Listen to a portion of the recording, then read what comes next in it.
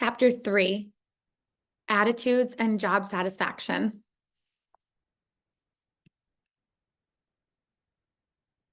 Key concepts. What is an attitude?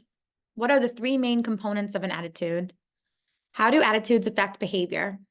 What is cognitive dissonance? What are the major job attitudes? How does job satisfaction vary by country? What causes job satisfaction? What effect can being dissatisfied with your job have? What is counterproductive work behavior? Why would leaders of an organization want employees to have high job satisfaction?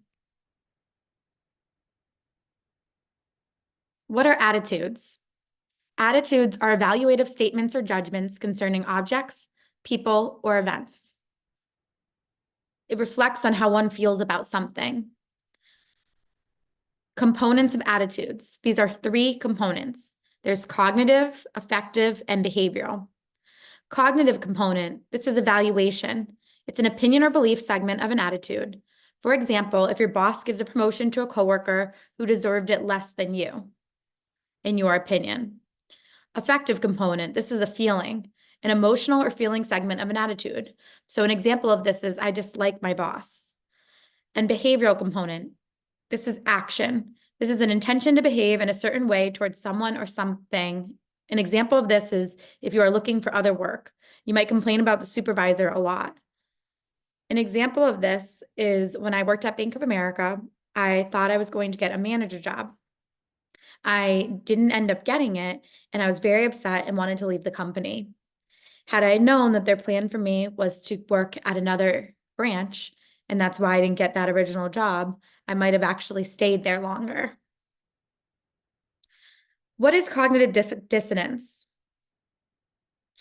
It's any incompatibility between two or more attitudes or between behavior and attitudes. Individuals seek to minimize dissonance. The desire to reduce dissonance is determined by the importance of the elements of creating the dissonance, the degree of influence the individual believes he or she has over the elements, and rewards that may be involved in dissonance. Think of some examples of this. One example is when women come forward to call out sexual harassment in their jobs. Even with clear evidence that the behavior occurred, management and harassers alike will often trivialize, minimize, ignore, or even aggressively justify their behavior. Cases of attitude following behavior illustrate the effects of cognitive dissonance. Another example in the text was texting while driving. You know it's unsafe, but you let yourself do it anyway. Major job attitudes. These are traditionally studied attitudes such as job satisfaction, job involvement, psychological empowerment, and organizational commitment. Attitudes that are attracting attention are perceived organizational support and employee engagement. Definitions of the major job attitudes. Job satisfaction. It's a positive feeling about one's job resulting from an evaluation of its characteristics. What are things that bring you job satisfaction? Think about it. For many, work-life balance, autonomy, growth opportunities, achievement and recognition, pay, and helping others are things that might bring job satisfaction. For example, like teaching. Job involvement. This is the degree to which a person identifies with a job, actively participates in it, and considers performance important to their self-worth.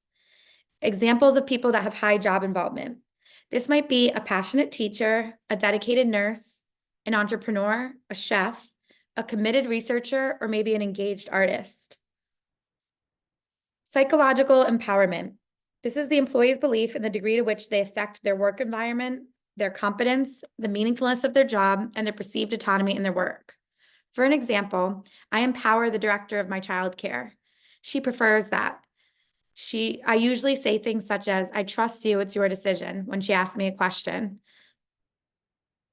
Organizational commitment. This is the degree to which an employee identifies with a particular organization and its goals and wishes to maintain membership in the organization. For example, if you've been at a company for years, or if it's a nonprofit, possibly a family company, you may feel stronger organizational commitment.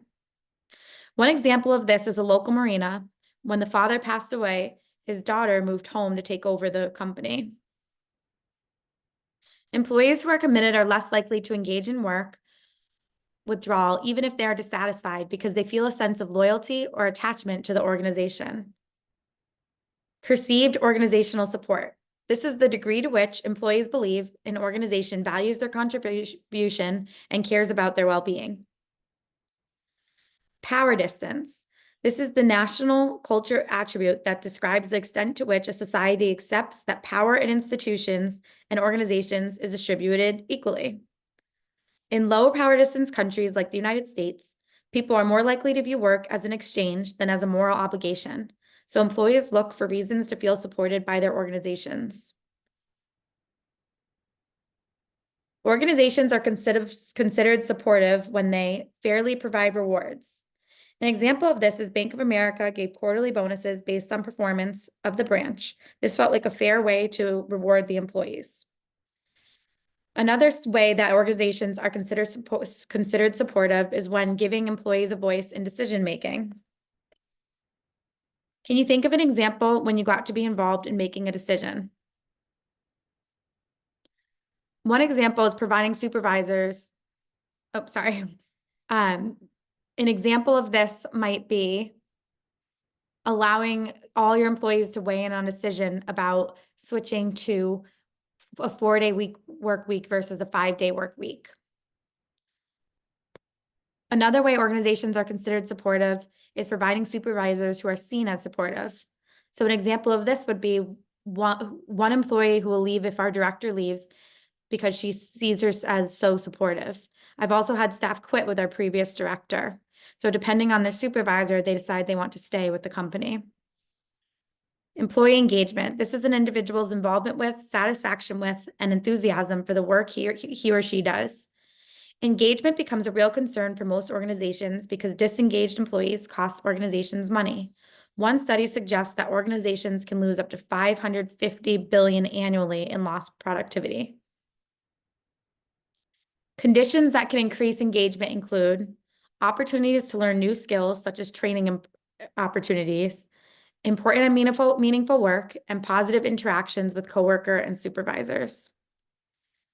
Highly engaged employees have a passion for their work and feel a deep connection to their company. Disengaged employees have essentially checked out, putting time but not energy or attention into their work.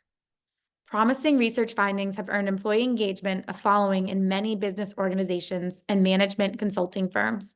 However, the concept generates active debate about its usefulness, partly because of the difficulty of identifying what creates engagement.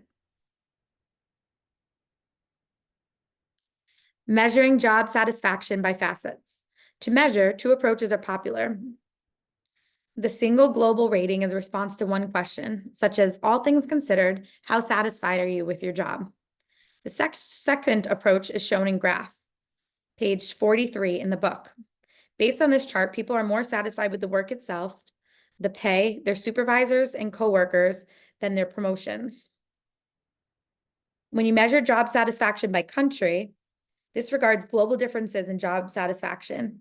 This exhibit 3.3 provides results from the 2017 World Happiness Report, and more specifically from the 20 countries with the largest economies in the world. In these countries, over 70% of employees are satisfied with their jobs. It is difficult to discern all the factors influencing job satisfaction worldwide, but exploring how businesses consider and address job satisfaction worldwide may provide an answer. So think about it if you work. What do you like about it? What contributes to job satisfaction for you? Job conditions, especially the intrinsic nature of the work itself, social interactions, and supervision are important predictors of job satisfaction. Personality. This is core self-evaluation, believing in one's inner worth and basic competence. Work itself. The strongest correlation with overall satisfaction is the work itself. The social component. There's a strong correlation with how people view the social context of their work. Do you like who you work with? Pay. Not correlated after individual reaches the level of comfortable living. So to a certain level, when you get to a certain pay range, it might not increase your job satisfaction because you're making enough. Corporate social responsibility. This is an organization's self-regulated actions to benefit society or the environment beyond what is required by law. Think about if you've experienced job satisfaction. What was it based on? The work itself, the social component, the pay, corporate social responsibility, or something else? Benefits of job satisfaction. Better organizational citizenship behavior. This is discretional behaviors that contribute to organizational effectiveness, but are not part of the formal job description. Greater levels of customer satisfaction. General lower absenteeism and turnover, decreased instances of workplace deviance, and life satisfaction. Satisfied employees appear to increase customer satisfaction and loyalty. Our overall happiness depends in no small part on our happiness in our work, our job satisfaction. Have you ever experienced job dissatisfaction? If so, have you expressed one of the following? Exit, voice, loyalty, neglect, counterproductive work behavior. What happened? As I mentioned previously, when I didn't get promoted like I thought I would, I wanted to leave the company. I later found out that if I'd stayed, I would have been put in a branch I wanted to be in. The effects of job dissatisfaction. Exit. This is dissatisfaction expressed through behavior directed toward leaving the organization. Collective turnover is the total loss to the organization of employee knowledge, skills, abilities, and other characteristics. Voice. This is dissatisfaction expressed through active and constructively attempting to improve conditions. Loyalty. This is dissatisfaction expressed by passively but optimistically waiting for conditions to improve. Neglect. This is dissatisfaction expressed through passively allowing conditions to worsen. Counterproductive work behavior. This is intentional employee behavior that is contrary to the interests of the organization. Examples of this might be substance abuse, stealing at work, undue socializing, gossiping, absenteeism, and tardiness.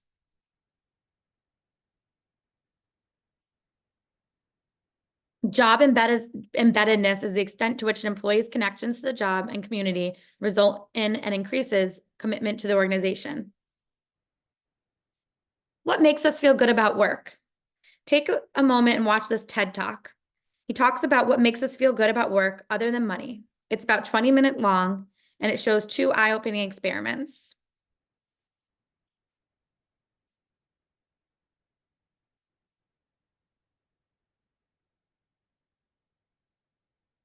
Thank you. We're going to move on to chapter 4.